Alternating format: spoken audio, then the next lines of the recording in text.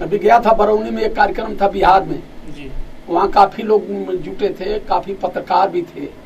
कहे सर आप बार बार हिंदू धर्म पर टिप्पणी करते हैं। मैं कहा अगर हिंदू धर्म है तो सनातन क्या है? वो सब तो कहते हैं कि हम सनातन धर्म से हैं, तो तुम सनातन धर्म से तो हिंदू धर्म क्या है जी। ये कौन सी बीमारी है कि कभी कूद के हिंदू में, कभी कूद के सनातन में, कभी किसी को कहते हो कि हम सनातनी हैं, कभी किसी को कहते हो कि हम हिंदू धर्म से हैं। ये क्या नाटक है भाई? कुछ तो सही बताओ। इसीलिए मैंने कह दिया मैं सनातनी हूं ना मैं हिंदू हूं। मैं यहाँ का शुद्ध हूँ, साफ साफ बात। मैं भारतीय हूँ, मेरा धर्म भारतीय है। जो भारत का कल्चर है, समता, समानता, बंधुता, स्वतंत्रता, भाईचारा जी, वो जहाँ है वही मेरा धर्म है जी सर। तो ये सिर्फ भारतीय कल्चर में मिलता है, ये हिंदू में या सनातन में नहीं मिलता। पूरे चैलेंज के साथ बता दूं, जिसे भी बात करना इस धर्मों पर वो मुझसे बात कर सकता है। हिंदू धर्म क्या है? आदमी को ऊंचा नीचा बनाना। हिंदू धर्म क्या है? ये लोगों में असमानता पैदा करना। जो धर्म व्यक्ति से व्यक्ति को जोड़ता नहीं है, बराबरी का दर्जा नहीं देता है, जो धर्म व्यक्ति को सम्मान का जीवन नहीं दे सकता, जो धर्म में आदमी एक तरह से पैदा होते हैं लेकिन उनको 6,500 जातियों में बना दिया जाता हो, वो हिंदू नहीं है, वो चुतियापा है, वो कोई धर्म नहीं है। साफ साफ फंडा मेरा है। बाबा साहब अम्बेडकर से बड़ा विद्वान कोई नहीं था, लेकिन बाबा साहब अम्बेडकर आखिरी समय में हिंदू धर्म का प्रत्याग कर दिया कि हिंदू कोई धर्म नहीं है, एक धंधा है। ये लोगों को इस धर्म के बहाने फंसा करके कहीं गोबर पुजवाते हैं, कहीं गौमूत्र पिलाते हैं, कहीं पत्थर पुजवाते हैं। यही सब पुजवा के इस देश के लोगों को तबाह करके मानसिक अधीन बनाए हुए। इसीलिए बाबा साहब ने जीवन के आखिरी सफर में धर्म की शरण में गए। और धर्म नहीं है, धर्म एक विचारधारा है। और धर्म की विचारधारा में ये कहा जाता है मानव मानव एक समान। बुद्ध धर्म की ये पहचान, इंसान न छोटा होता है न बड़ा होता है, न इंसान कभी किसी जातियों में होता है। इंसान की एक जातियां है कि वो इंसान है। जातियां पशुओं में होती है, पेड़ों में होती है, पक्षियों में होती है, इंसान में जातियां नहीं होती। लेकिन ये सब इंसानों में जातियां बना के इंसान को तोड़ करके अलग अलग मतों में डाल के, तो चमारवत वराई काम है, तो वहीरवत वराई काम है, तो कोईरियवत वराहु काम है, इस तरीके से लोगों में बांट दिया। अब ये बात कहता हूं तो लोग कहते हैं कि आप जो है ब्राह्मणों के खिलाफ बात करते हैं। और हम किसके खिलाफ बात करते हैं? सही बात करना किसी खिलाफ की बात है।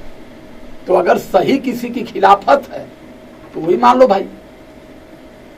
जी सर। अब बहुत सारे लोग ये कह रहे हैं, ब्राह्मण समाज के लोग फोन करके कि सर अगर मेरे पुरखों ने गलती किया है, गलती से अगर कुछ ग्रंथ लिख दिए, उस ग्रंथों में कुछ अनाप शनाप अगर लिखे हैं, तो क्या उसका भोग दंड हम भोगेंगे? तो हमने कहा कि हमने भोग दंड और भोगने की बात तो आपसे किया नहीं।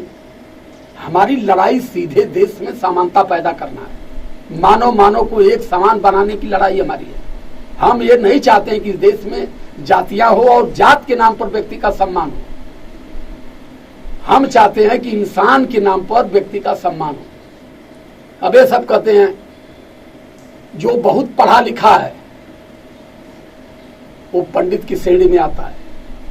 तो मैं पूछता हूं उन गधों से कि ये बताओ मुझे कि जो बहुत पढ़ा लिखा है वो पंडित की श्रेणी में अगर आता है तो बाबा साहब अम्बेडकर से बड़ा पढ़ा लिखा कौन था? बाबा साहब अम्बेडकर को फाइल फेंक करके क्यों थमाते थे? बाबा साहब अम्बेडकर को आप इसमें पानी क्यों नहीं पीने देते थे? जी। तो ये बहुत सारी बातें भैया, मैं कितना बोलूं, बोल बोल के मैं थक गया, मेरी आवाज भी थक गई, लेकिन लोग समझने के लिए तैयार नहीं हो रहे। नहीं सर। लेकिन आखिरी बार में मैं बता दूं कि मैं मोदी जी को बहुत बहुत धन्यवाद देता हूं कि जो आपने दाढ़ी बार न बनवा करके पूरे भारत को बता दिया कि दाढ़ी बार बनवाना मरने के बाद एक पाखंड है और कुछ जी। इसलिए मैं माननीय मोदी जी को धन्यवाद करता हूं कि आपने पूरे भारत को और खास तौर से इस देश में पिछड़े समाज को जी। आपने बहुत बड़ा संदेश दिए हैं कि अगर थोड़ा भी तुम लोगों के अंदर तहजीब होगी, दिमाग में सोचन शक्ति होगी, तो आज के बाद तुम लोग भी खोरसी करना, घंट बनवाना, पेड़ घुमरना, बाल बनवाना, ये सब बंद कर देना। इसका कोई मतलब नहीं है। मोदी जी ने पूरे भारत को संकेत करके बता दिया। तब चूंकि मोदी जी भाई ये तो कह नहीं सकते कि ये ब्राह्मणों के द्वारा बनाया हुआ पाखंड है, ये मोदी जी तो कह नहीं सकते, जी क्योंकि मोदी जी को उन लोगों ने प्रधानमंत्री बनाया है, जी तो उनके खिलाफ ही बात नहीं कर सकते।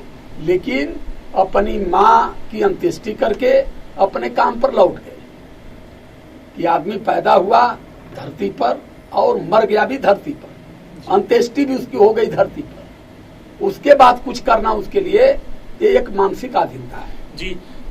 निरंतर सर न्यूज पे दिखाता रहता था कि वो अपने माता से काफी प्यार दुलार करते थे मोदी जी, तो क्या उनकी आत्मा, उनको ऐसा नहीं लगा कि मैं ये सब नहीं कर रहा हूँ तो मेरी मम्मी का आत्मा जैसे कैसे शांति मिलेगी? हाँ, देखिए, जब आत्मा को देखा है कोई? आत्मा को कोई देखा तो है नहीं कि आत्मा आती कैसे और आत्मा जाती कैसे है। फिर शांति या अशांति का क्या मतलब इसमें? फिर शांति अशांति का कोई मतलब तो है नहीं। और यहाँ के लोग बोलते हैं सर कि अरे वो बोलने वाले गधे हैं यार जी, जो बोलते हैं, बोलने से क्या मतलब? वो ना समझ लोग हैं जी। कौन कहता कि आत्मा शांत नहीं है? आत्मा को देखा किसने? क्या जो आत्मा शांत नहीं वो घूमती है? और अशांत है अगर आत्मा तो घूमती है, तो घूमते हुए आत्मा को देखा है कोई? देखा तो कोई नहीं है। एक अनुभव लगाते हैं और वो अनुभव यहाँ के श्रेष्ठ ब्राह्मणों के द्वारा पैदा किया हुआ है जी। और लोगों के दिमाग में ठेल दिया गया है। अब उस आत्मा को शांत करने, अभी कोई मर गया, खुर्सी मत करिए, कोई बीमार पड़ गया, पंडित जी तुरंत कहेंगे अरे काम खुर्सी करबन के लिए आत्मा उनका भटकत है। जी जी बोल देंगे, ये सीधे कहेंगे। अब आप उसी भरम जाल में घूमते रह जाएंगे। तो काबा बाबा तो कैसे ही आत्मा शांत हुई? 7 ब्राह्मण ले लीजिए, 7 धोती ले लीजिए, 7 लोटा ले लीजिए, 7 बंडी ले लीजिए, 7 गमछा ले लीजिए, 7 ब्राह्मण को 1100 रुपया दीजिए और चले जाइए नदी के किनारे। अब उसमें 21 भरुका लीजिए, 21 घड़ा लीजिए, 21 ढक्कनी लीजिए, इतना फूल लीजिए, गौमूत्र लाइए, गौ गोबर लाइए, लेके नदी किनारे जाके वो फिर आत्मा शांत कराते हैं। अब क्या पढ़ते हैं, क्या बताते हैं, कोई कुछ नहीं जानता है। और उसके बाद में कहेंगे, जब पैसा ले लेंगे तो कहेंगे कि जा अब उनका आत्मा जहां से आई ले लेऊंगा गई। बेचारे उसी में संतुष्ट होके गुंगों और बहरों की तरह लौट लेते हैं। जी। मोदी जी आपके पदचिन्हों पर चले सर, मगर यहाँ के लोग आपको नहीं समझ पाते हैं सर। नहीं समझ पा रहे हैं तभी ना भोग रहे हैं। जी। यहाँ के लोगों को भोगने का कारण क्या है? अब यहाँ के लोग ये कह रहे हैं कि ये हिंदू धर्म के खिलाफ है जी, और इनको ये पता नहीं कि धर्म की परिभाषा क्या होती है, धर्म किसको कहते हैं। अभी तो मैंने पूछा हूँ कई लोगों से।